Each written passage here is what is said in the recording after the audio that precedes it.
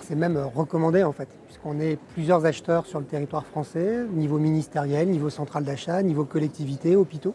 Et on a tous des problèmes différents et on trouve tous des solutions différentes, mais qui peuvent souvent en fait être reprises par d'autres. Donc échanger sur les meilleures pratiques, s'inspirer des autres, ceux qui ont osé d'ailleurs et qui ont réussi ou raté, ça permet de progresser pour tout le monde.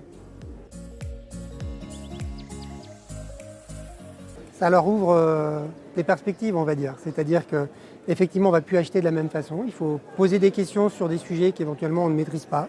Il faut accepter d'ailleurs de ne pas maîtriser. Il faut accepter que les entreprises ne maîtrisent pas. Il faut apprendre d'elles d'ailleurs. Il faut beaucoup les interroger. Et puis il faut accepter donc à ce moment-là d'avoir dans ces appels d'offres soit des clauses, soit des questions supplémentaires par rapport à ce qu'on faisait avant. D'accepter le travail qui peut en découler, qui peut être effectivement un travail supplémentaire, mais justement de progresser grâce à ça. Et en tout cas, d'arriver à avoir des éléments différenciants entre les offres des fournisseurs pour choisir les meilleurs, en tout cas sur le plan environnemental et social. Oser. À chaque fois qu'il y a un nouveau sujet environnemental et social, il faut ne pas hésiter à investiguer le sujet, quitte à l'investiguer et puis finalement l'appliquer sur un segment qui va être réduit.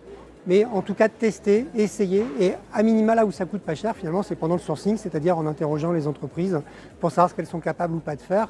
À minima, ça les incitera à creuser elles-mêmes le sujet et puis à progresser de leur côté.